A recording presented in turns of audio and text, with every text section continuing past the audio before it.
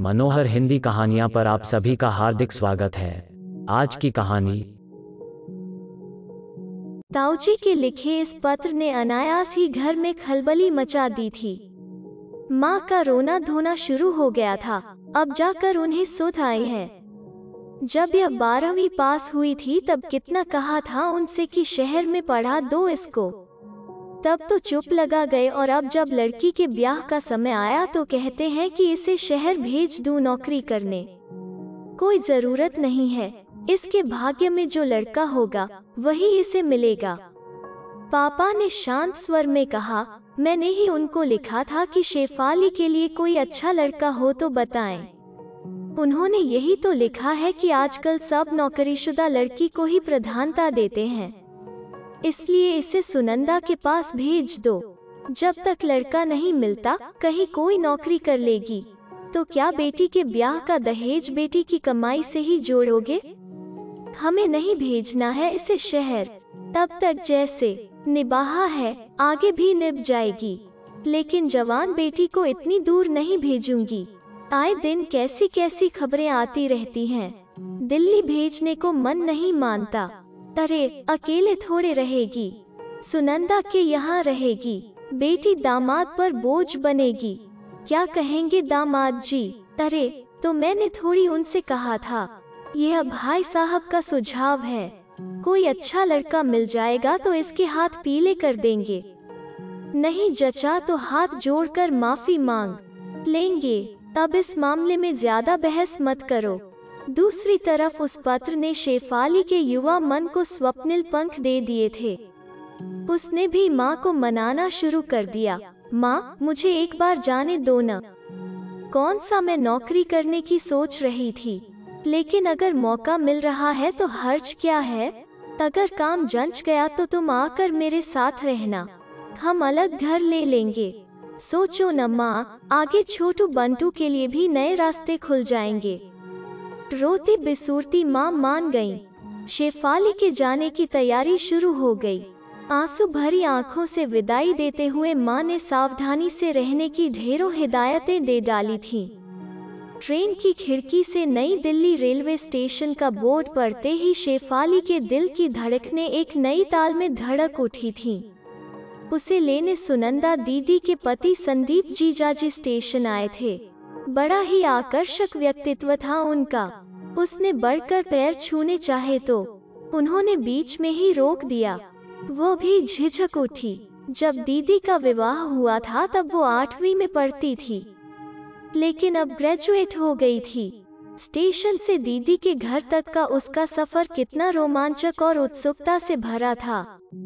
वो अपने जीवन के इन सुखद क्षणों को सराहे बिना नहीं रह सकी, जिसने उसे इतनी बड़ी कार में बैठने का मौका दिया था।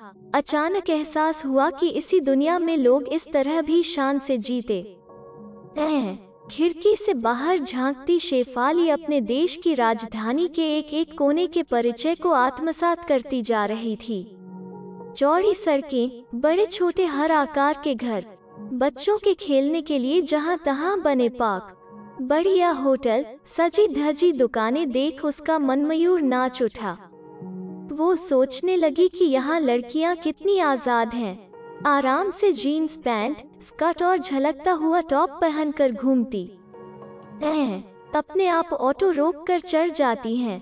सब अपने में निश्चिंत बेधड़क घूम रही हैं। उसे आजादी का यह माहौल देखकर बहुत अच्छा लगा। उसकी सोच को विराम तब लगा जब जीजाजी ने जोर से हॉर्न बजाया। गाड़ी एक बड़े से फाटक के सामने रुकी थी।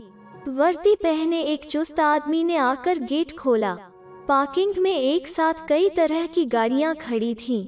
रंग बिरंगे कपड़ों में सजे संवरे दौड़ते बच्चों को खेलते देखकर उसने अंदाजा लगाया कि यहाँ सब अमीर लोग रहते हैं। जीजाजी का घर 6ठी मंजिल पर था। लिफ्ट से निकलते हुए पापा हड़बड़ा गए, कहीं फंस गए तो इसी में रह जाएंगे, कहकर उन्होंने अपनी झेप मिटाई थी। आमने सामने कुल मिलाकर 4 मकान थे। जीजाजी ने आगे बढ़कर घंटी दबाई। घंटी दबाते ही एक मीठी फिल्मी धुन हवा में तैर गई। हर घर के बाहर की सजावट वहां रहने वालों के कलात्मक शौक को दर्शा रही थी। दीदी के यहाँ दरवाजे के दोनों तरफ मिट्टी के बड़े बड़े छेद वाले घड़े रखे थे। मोटा मखमली पायदान, कतारों में लगे पौधे। अंदर से किसी के आने की आहट हुई तो वो सहज हो गई। थोड़ी देर में दरवाजा खुला और एक अजनबी चेहरा नजर आया। निर्मला, सामान उठाना कहकर जीजाजी भीतर चले गए थे। मेम साहब बाथरूम में हैं कहकर निर्मला भी पर्दे के पीछे चली गई। दोनों बाप बेटी सामने बिछे कालीन को पार कर सोफे में धंस गए। घर किसी फिल्मी सेट की तरह सजा हुआ था। हर चीज इतनी कीमती कि दोनों कीमत का अंदाजा भी नहीं लगा सकते थे। बड़ा सा टीवी, लेदर का सोफा, शीशे की गोल सेंटर टेबल, बढ़िया कालीन, चमकदार भारी पर्दे, सजावट की अलमारी में रखी महंगी महंगी चीजें, सुंदर सुंदर बर्तन, अनेक प्रकार के कप और ग्लास, रंग बिरंगी मूर्तियां और सुनहरे फ्रेम में जड़ी बड़ी बड़ी पेंटिंग। अपने 2 कमरे वाले सरकारी घर को याद कर शेफाली सकुचा उठी थी। आंखों के सामने अपने घर की बेतरतीबी पसर गई। यहाँ आने से पहले वही घर शेफाली को कितना अच्छा लगता था। गृह प्रवेश वाले दिन सबकी बधाइयाँ लेते हुए माँ का कलेजा गर्व से कितना चौड़ा हो गया था। लेकिन कितना फर्क था इन 2 घरों की हैसियत में। ताऊजी के शहर आने से उनके परिवार के सदस्यों के रहन सहन के स्तर में कितना परिवर्तन आ गया था। पल भर में ही निर्मला ट्रे में शीशे के चमचमाते गिलास में ठंडा पानी डाल कर ले आई। उसके बाद चाय और मिठाई नमकीन से सजी प्लेट रख गई। वो अपने काम में कुशल थी। तभी तक दीदी नहीं आई। वक्त जैसे उनके इंतजार में रुक गया था। कितनी देर हो गई। वो तो जानती थी कि आज हम आ रहे हैं, फिर भी जीजाजी भी अंदर जाकर गायब हो गए। ये भी कोई बात है। उसने उकता कर पापा की तरफ देखा। भतीजी के घर की शानो शौकत ने उनकी आंखें फैला दी थीं।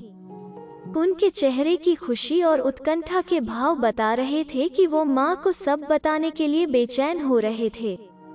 सच है, जिस लक्ष्मी को शेफाली के पापा ने सदा ज्ञान के आगे तुच्छ समझा था, वही आज अपने भव्य रूप में उन्हें लुभा रही थी।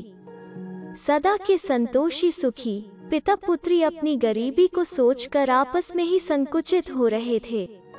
अरे, चाय ठंडी हो रही है, लीजिए न चाचा जी।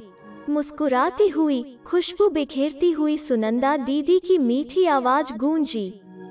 कितनी गोरी, कितनी सुंदर, कितनी स्मार्ट लग रही थी। उन्होंने आगे बढ़कर पापा के पैर छुए। पापा ने गदगद कंठ से आशीर्वाद दिया। शेफाली जैसे ही दीदी के पैर छूने को झुकी, उन्होंने उसे गले लगा लिया। उसके मन की सारी आशंकाएं खत्म हो गईं। वो सोच रही थी कि पहले से ही दर्प भरी दीदी इस वैभव ऐश्वर्य को पाकर और घमंडी हो गई होंगी, लेकिन वो बदल गई हैं। यह भी नहीं सोचा कि रास्ते की गर्द धूल से सनी है मेरी देह। चाय पीते हुए दीदी ने सबका हाल पूछा, फिर उसका कमरा दिखाया। बेटा, इतने प्यार से सुनंदा तुमको रख रही है, तुम भी उसे पूरा मान सम्मान देना, अच्छे से रहना। तुम्हारी माँ सुनेगी तो खुश हो जाएगी। मुझे भी तसल्ली हुई कि तुम्हें यहाँ कोई कष्ट नहीं होगा। भीतर से जीजाजी तैयार होकर निकले।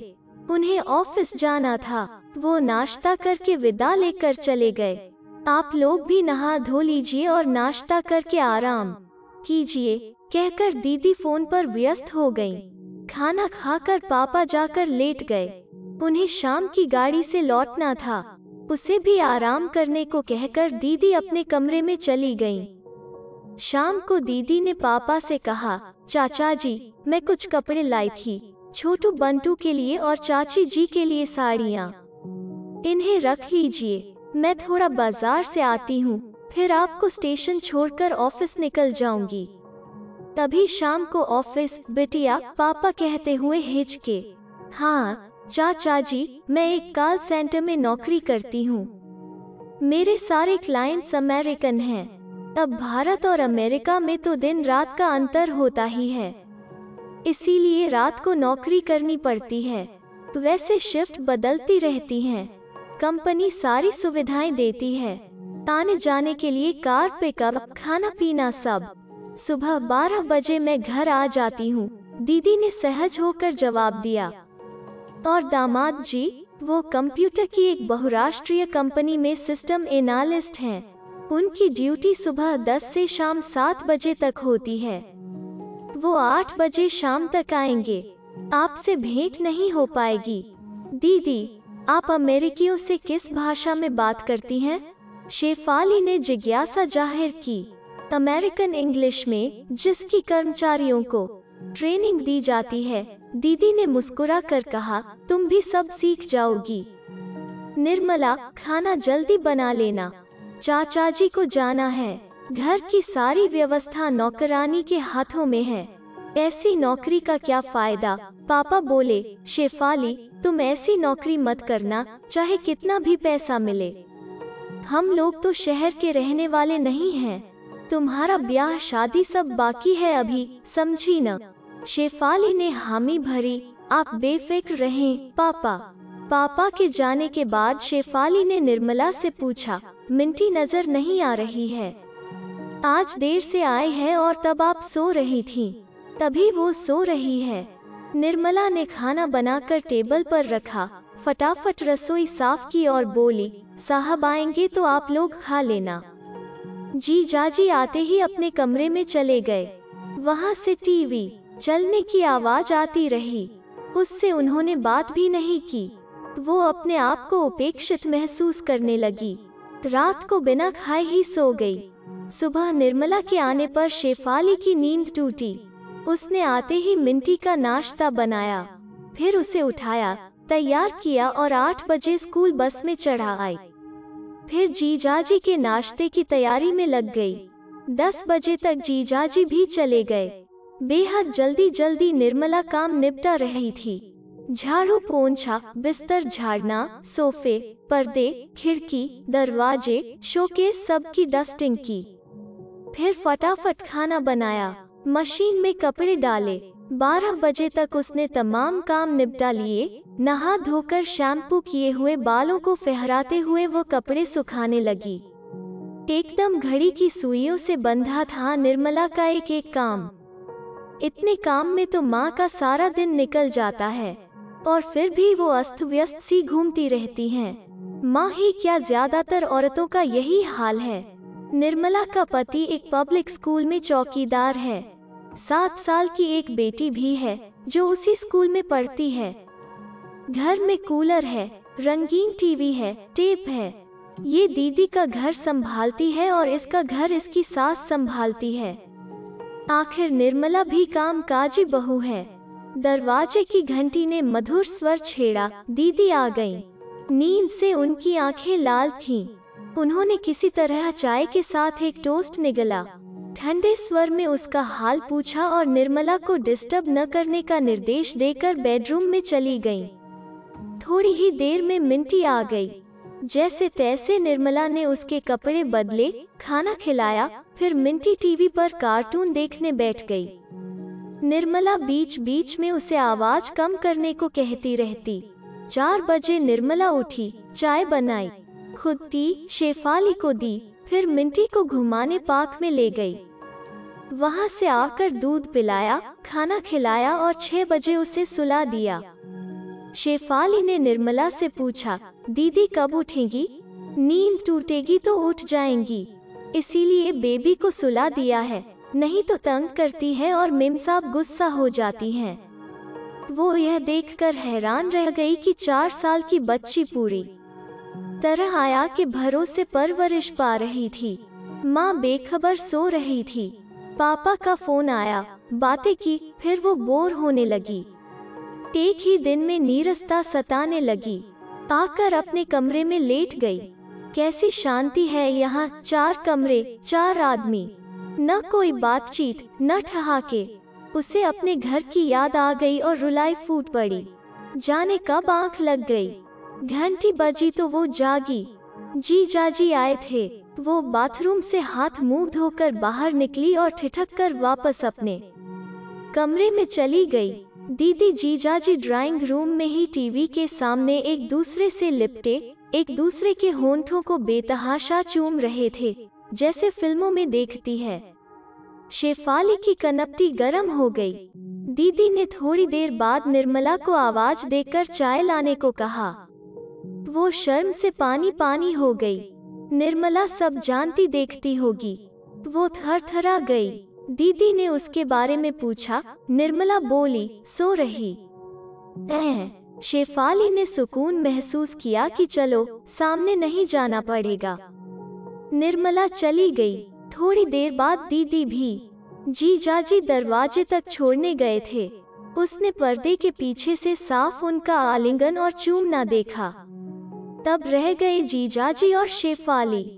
डर और संकोच से सराबोर वो सामने पड़ने से कतराती रही। वो और जीजाजी रात को अकेले। आगे शेफाली सोच नहीं पाई। अब यहाँ रहना है तो निर्मला की तरह अनजान बनकर रहना होगा। इनके घर की निजता का ख्याल रखना होगा। कुछ ही दिनों में शेफाली यहाँ के माहौल में रम गई। तब स्कूल से आते ही मिंटी मौसी मौसी करने लगती। कहानियाँ सुनते सुनते वो कब खा लेती पता ही नहीं चलता। दीदी जीजाजी भी निश्चिंत होकर मिंटी की प्यारी गप्पे सुनते। अब उसे सुलाने की जल्दी किसी को नहीं रहती। शेफाली के पास छोड़ दोनों एकांत में वक्त बिताते। निर्मला भी निश्चिंत हो काम निपटाती। घर के औपचारिक माहौल में एक स्वाभाविकता आ गई थी। एक दिन दीदी ने सलाह दी, शेफाली तुम संदीप से कंप्यूटर सीख लो। तो उसने हिचक के साथ इस प्रस्ताव को स्वीकारा था। दीदी और निर्मला के जाने के बाद जब मिंटी सो जाती तो दोनों बैठकर कंप्यूटर पर नया सॉफ्टवेयर सीखते। जीजाजी के बदन से उठती परफ्यूम की खुशबू उसको उस दृश्य की याद दिला देती थी। कंप्यूटर के नामी इंस्टीट्यूट जो कोर्स 6 महीने में सिखाते हैं वो जीजाजी से कुछ ही दिनों में शेफाली सीख गई। कंप्यूटर टाइपिंग, ईमेल करना, इंटरनेट पर काम करना, सर्च करना आदि।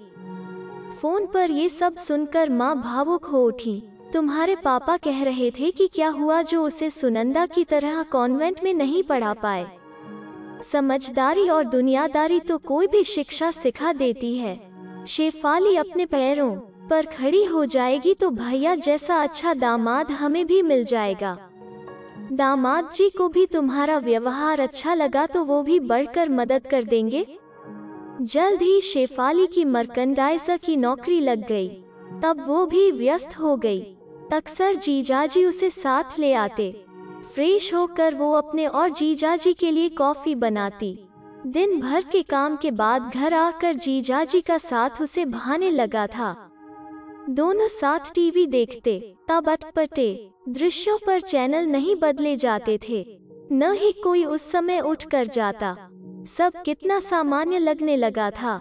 शेफाली इसे मैच्योर होना कहती। फिर जहाँ ऐसा खुलापन चलता है तो क्या हर्ज है। दीदी तो उसके सामने सिगरेट भी पीने लगी थी। उसने दीदी को कुछ दिन पहले एक लेख पढ़ने को दिया था, धूम्रपान का गर्भ पर असर।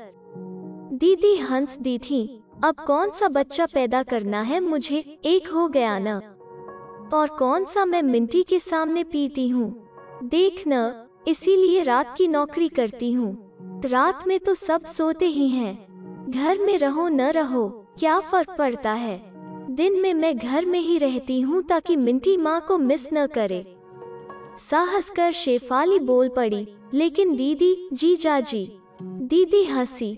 देख, मर्दों को दिन में एक बार या हफ्ते में औसतन 2-3 बार काफी होता है। मैं अपने पति को पूरा मजा देती हूँ। संदीप ने कुछ कहा क्या?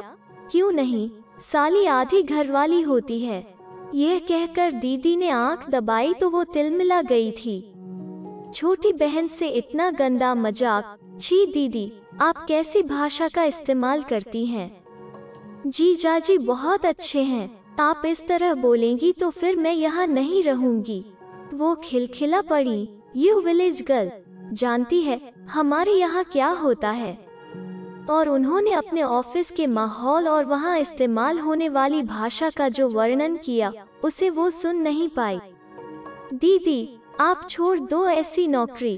वो हंसी। लाइफ इज मस्त आउट देयर। आजकल सब चलता है। आज का फंडा है, जिंदगी एक बार ही मिलती है, इसे भरपूर जियो और ज्यादा अगर मगर की मत सोचो। तभी जीजाजी आए। अब दोनों उसके सामने ही किस कर लेते। दीदी हंस हंस कर बोली, शेफाली को तुम्हारी बहुत चिंता है। कह रही थी कि मैं रात की नौकरी छोड़ दूं, तुम अकेले हो जाते हो। क्यों? शेफाली उठकर भीतर चली गई। छी, जरा भी लाज लिहाज नहीं है दीदी में। यह बात उन्हें कहनी चाहिए थी। या तो उन दोनों का आपस में बहुत विश्वास और खुलापन था, या फिर दीदी की नज़र में मेरी कोई अहमियत ही नहीं।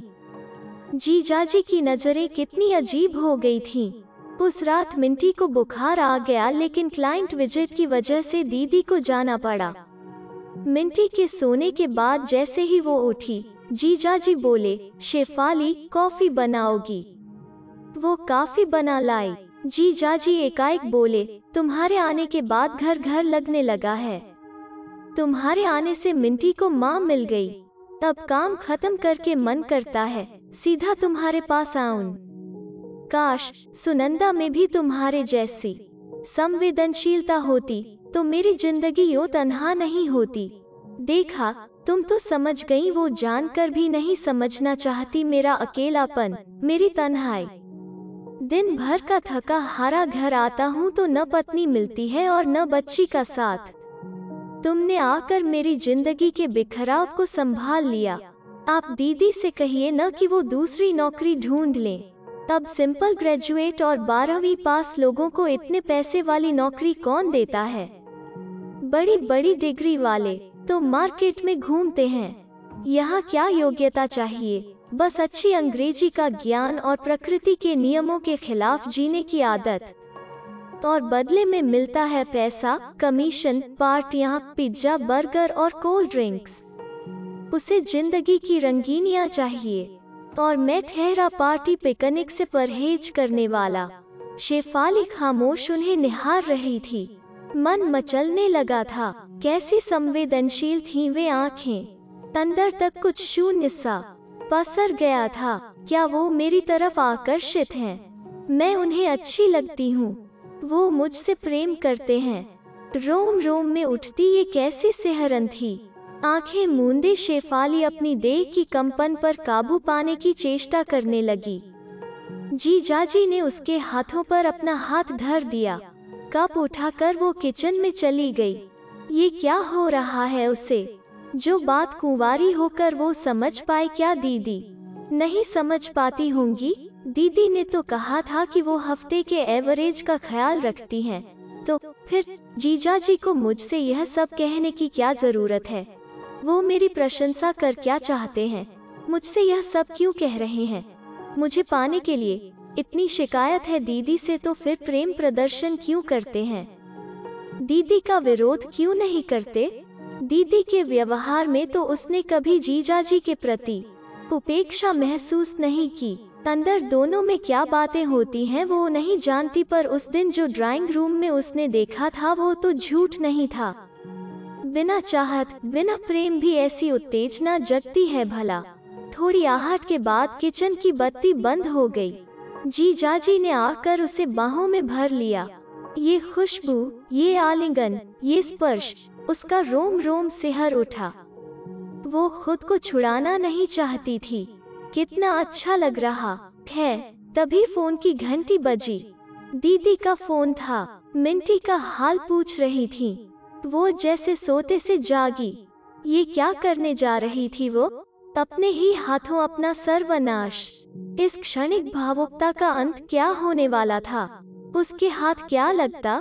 कल को कुछ हो गया तो आरोप तो उसके ही सर आएगा। बढ़ावा भी तो उसी ने दिया था। वही दीदी से बात करने गई थी उनके दाम्पत्य जीवन पर। दीदी के सामने शराफत का ढोंग करने वाले जीजाजी तो अपना मुंह तक नहीं खोलेंगे। उसकी बात उसी के खिलाफ इस्तेमाल की जाएगी। क्या वो जानती थी कि ये फांस उसी के गले में अटकेगी? कितने चालाक निकले जीजाजी। मेरी कोमल भावनाओं को उकसाकर मात्र मेरा उपयोग करना चाहते थे। आज अपने ही घर में अपनों के हाथ छली जाती। ऐसे ही अनचाहे तो हाथ से हो जाते हैं। अपनी उखड़ी सांसों को संयत करते हुए वो मिंटी के पास आ गई। दीदी को मिंटी की चिंता है और वो कैसे उन पर लापरवाही का आरोप लगा रहे थे। फोन रखने के बाद जीजाजी ने उसे कमरे में आने का इशारा किया। उसे खुद से घृणा होने लगी। शेफाली ने अंदर से दरवाजा बंद कर लिया और मिंटी के पास ही सो गई। सुबह निर्मला के आने पर ही दरवाजा खोला। मिंटी का बुखार और बढ़ गया था। दीदी ने ऑफिस से हफ्ते भर की छुट्टी ले ली। दिन रात बच्ची के पास ही बैठी रहती, अपने हाथों से उसे खिलाती, उसके साथ बातें करती। उसके सामने दीदी का नया रूप उजागर हुआ था। सच कहते हैं, माँ आखिर माँ ही होती है और पुरुष सिर्फ पुरुष। शेफाली ने आनन फानन में फैसला लिया और ऑफिस के एक सहयोगी की मदद से अलग घर ढूंढ लिया। सुनंदा दीदी हैरान रह गईं। अचानक क्या हो गया शेफाली? तुम्हारे आने से हम लोगों को कितना अच्छा लगने लगा है। मिंटी कितनी खुश रहने लगी है। मेरी लाइफ भी स्मूथ हो गई है। अब चाचा चाची क्या कहेंगे? शेफाली ने मुस्कुराते हुए कहा, दीदी ऑफिस दूर पड़ता है, फिर कितने दिन आप पर बोझ रहूंगी। इतने महीनों से तो आप ही के पास रह रही हूँ, अब तो नौकरी भी कर रही हूँ। आई नो, पर तुम्हारी शादी तक चाचा जी ने कहा था तुम यहीं रहोगी।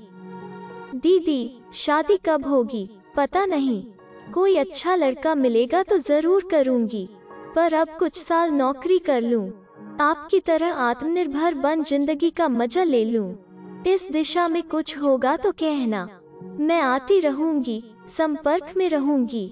उसके होंठों पर मुस्कुराहट थी पर स्वर काफी सपाट था।